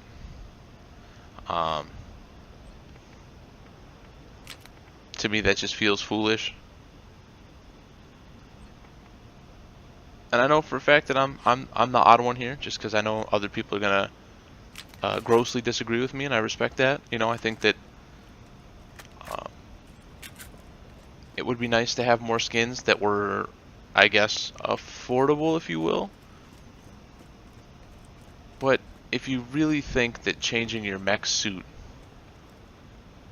color-wise or aesthetically, in any way will ruin the enjoyment you have with the game, then just don't buy it. You don't have to stomp your feet and complain, because they're not going to change the game for you. They just won't.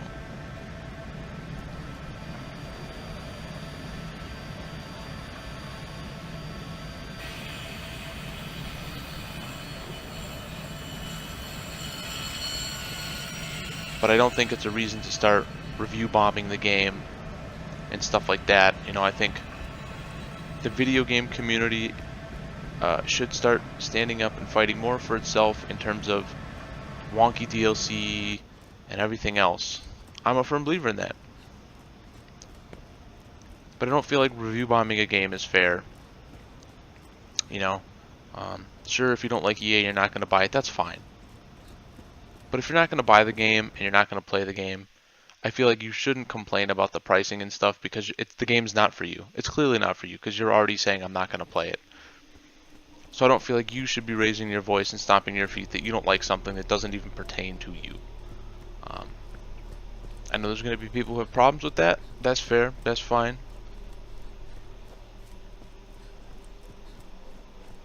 But I don't think you should be complaining about a game you're not actually going to play, or you have no intention to play.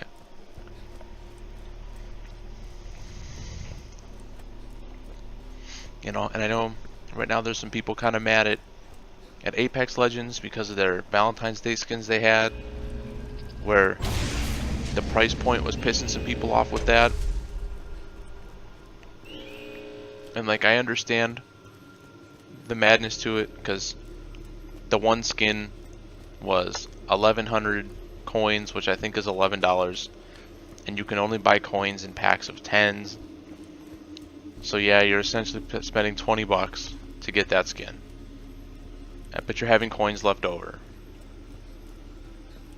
You know, if you think that's such a problem, don't buy it.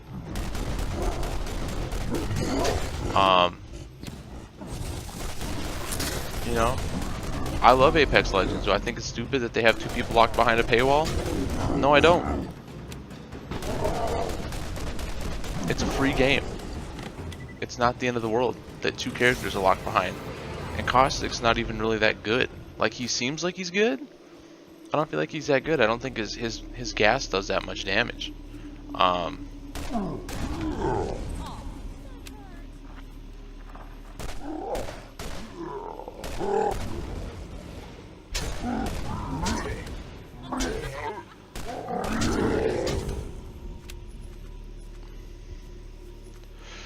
Holy hell, there's so many brains.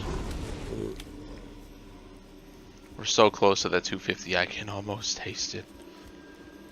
I don't know. It seems like a lot of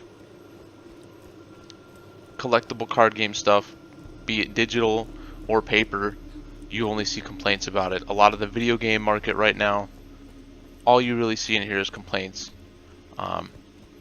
It's kind of sad to see that, like, everything right now just has that Debbie Downer feel to it. No offense to anyone named Debbie or Downer. I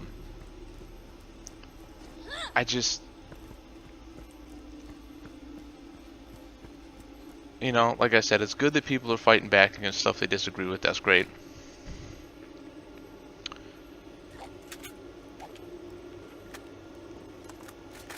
But at the same time, you know, it makes our hobby look bad that all we do is complain, be it video games, be it cards. You know, at what point do we just go, you know, things are okay? Because there's no such thing as perfect.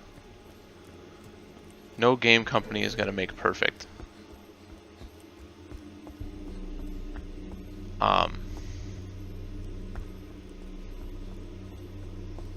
That's not reasonable.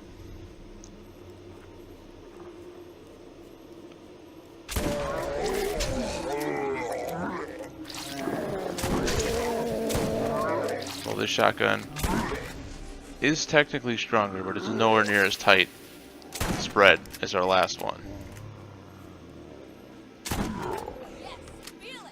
Kind of sucks, but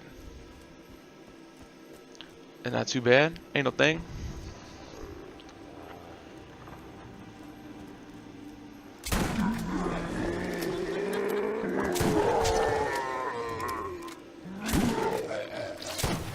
I guess there's my, I guess you can say rant. I don't really feel like it's a rant, but I mean, it just seems like nobody's happy with anything, and you know, I'm not gonna say like I try to shine away from negativity, because I like to get all sides of every story, no matter how messed up or sucky it is, just because you can make more informed opinions when you know everything. You do have to take the good with the bad, unfortunately. I'm really good at this.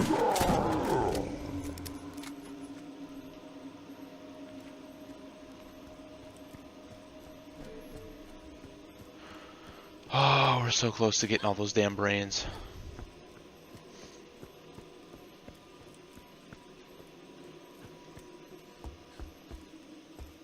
And then, as I said, once we get all the brains, if that actually brings us... Well, no, you can't please everybody. And, you know, for people who think that that's possible, like, that's absolutely insane, right? But, like, looking at Apex, you know, it's a completely free game. You know, if you want to support the game and buy a gun skin, like, that's great. You know, but you don't have to. But I don't feel like every article writer like Kotaku and them and a whole bunch of YouTubers all need to jump on the train and just be like, oh, it's all a problem, it's all a problem. Like, there has to be a happy middle ground somewhere. And, you know, what that is, I can't tell you. But I feel like human nature, just people have to look for negativity. Right? If it's, I don't know if it's to feel better about themselves or because they hate certain companies. But I think people need to be a little more upbeat and a little more positive. I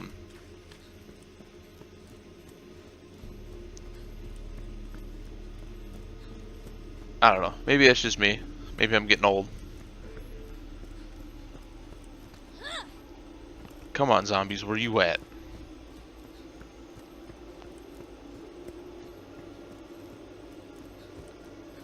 All the zombies that this game has, and we finally hit the patch where there's just like a ghost town.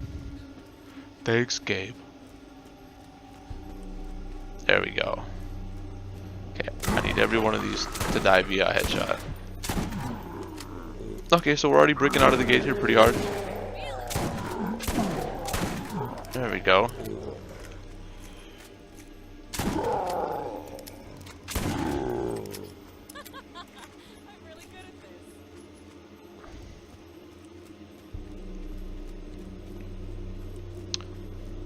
You know, I'm not gonna lie, I really wanted to try Artifact when it came out. But it already seems like that game is pretty much just done already, which made me sad. Like, it came out, it had some hype. I wouldn't say it had a bunch of hype. But it just seems like all of a sudden that game was just like blip and no one talks about it anymore.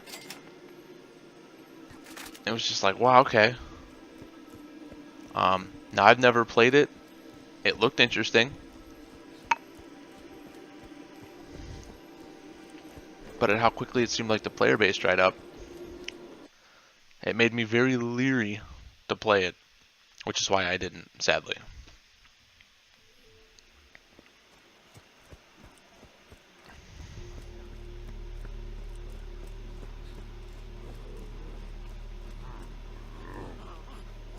Alright, come on, game. Let me just get the last couple of headshots. There we go, we're getting there. Ah!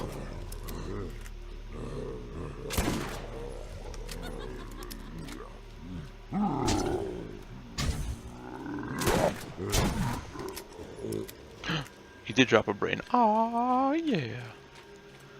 I'm so close I can almost taste it. Because then I think after this, then this DLC is 100% completed. I don't remember remember there being a brains for another. At least I hope not.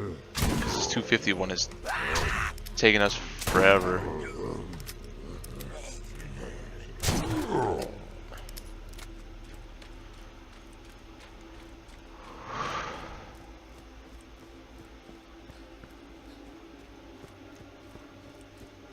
So I guess I never really asked anybody tonight, but how is everybody doing? Did everybody enjoy their weekend now that everyone's weekend's kind of coming down, winding to an end here? Anybody get to do anything super swagalicious?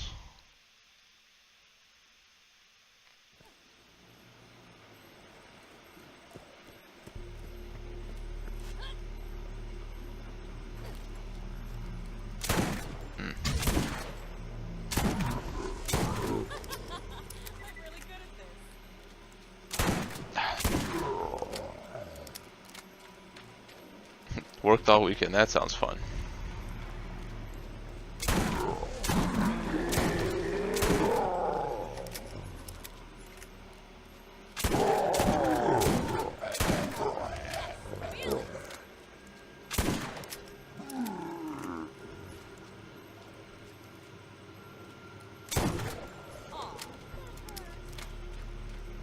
How are you feeling about Anthem so far?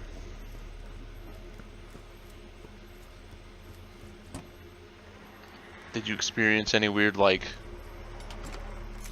bugs or anything? Because I know the demo had some. I was lucky enough to dodge them all in the demo, so...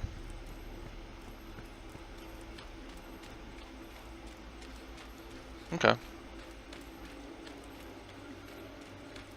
I mean, you know, because I got to, I guess, okay. Because I've seen a lot of people online saying that the game still has the, like, the loading screen to Doom where it gets to the 95% or 97 or whatever.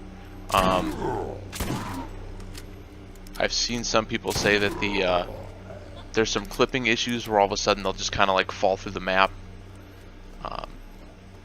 You know, I experienced none of these issues in the demo. I don't know if they have the store up or not yet. I know some people are kind of worried that cosmetic prices could be kind of whatever.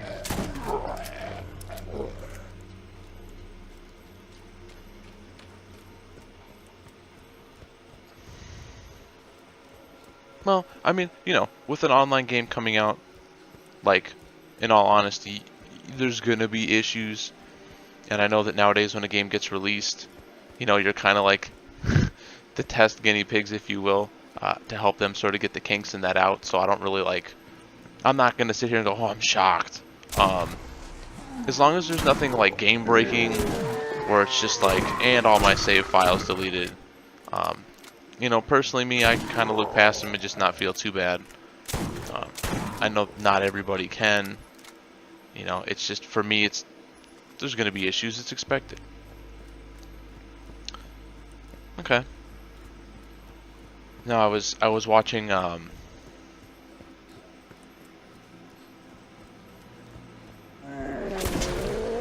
clips from a review dude, and he had an issue where he was like falling through the map in random points, and he's just like, And it's like, okay, well, you know, kind of sucks when you're halfway through a mission, but again, I don't feel like it's the end of the world.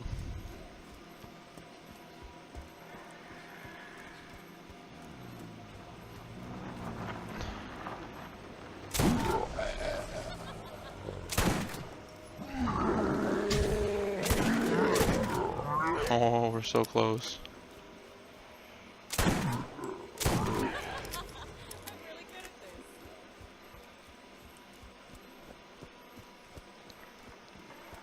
And I'm glad it's been clean. Like I said, the demo for me was super clean, so.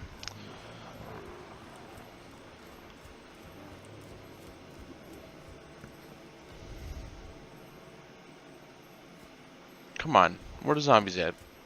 I only need 6 more. Cheap, reliable, lightweight, and incredibly fast reload speeds. PVR Damn it.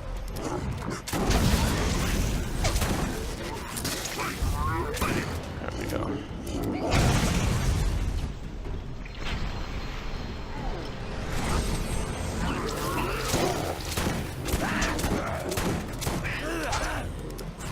Yeah, there we go.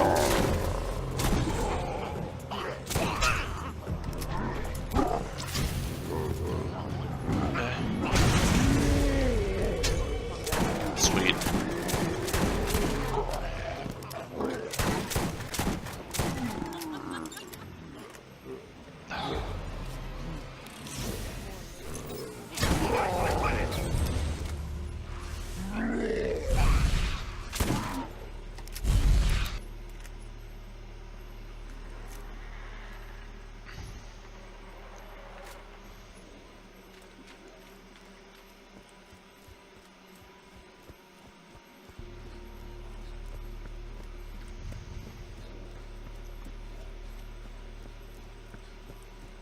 Well, maybe, maybe it's just because we're on playthrough 1, but I think we were able to beat this DLC in under 5 hours. So it's a little shorter than I remember. But I think this is the last mission.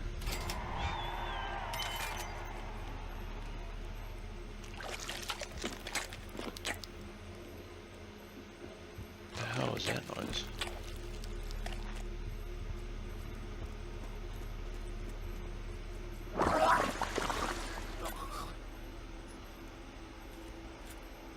I forgot that he barfs you up stuff every time you do a brains mission, that's right.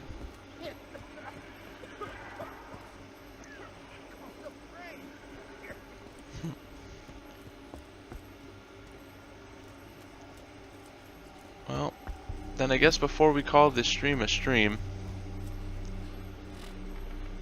we're gonna go turn in our I guess our vault key mission with Tannis, because then that makes our first playthrough 100% done here. We're gonna cheat though. We're just gonna exit out, because that'll take us back to the beginning of the mission or the level.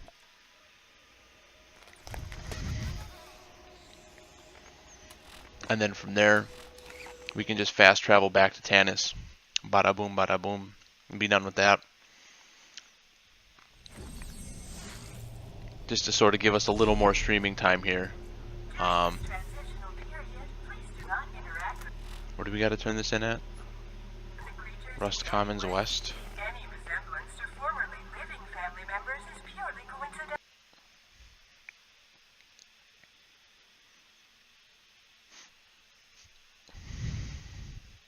Well, this is just the first DLC. There is 2 more we can do yet. I don't think we can do the one DLC because it was more than just like a little treasure chest to kind of give you more space for your stuff to carry in that. And then there was a little PvE arena, but I don't think anyone even PvEs on here or PvP on here anymore. So the next time we'll tackle a little more of the DLC. And then once we're done with all the DLC on 1, we're going to go through 2. And then after we go through 2, we're going to do the pre-sequel just to get prepared for the release of Borderlands 3. I want to be able to say at least we went through and did all that stuff. Kind of makes us like a certified Borderlands player. And as someone who loves the franchise, I have no problem playing more Borderlands. I will forever love Borderlands. Not sure if it's the original looter shooter, but it's definitely the first one that I really played.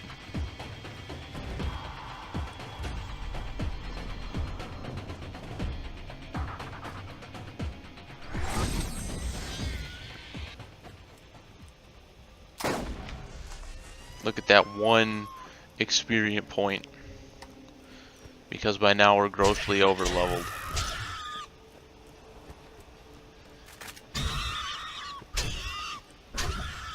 Welcome to my camp, or what's left of it.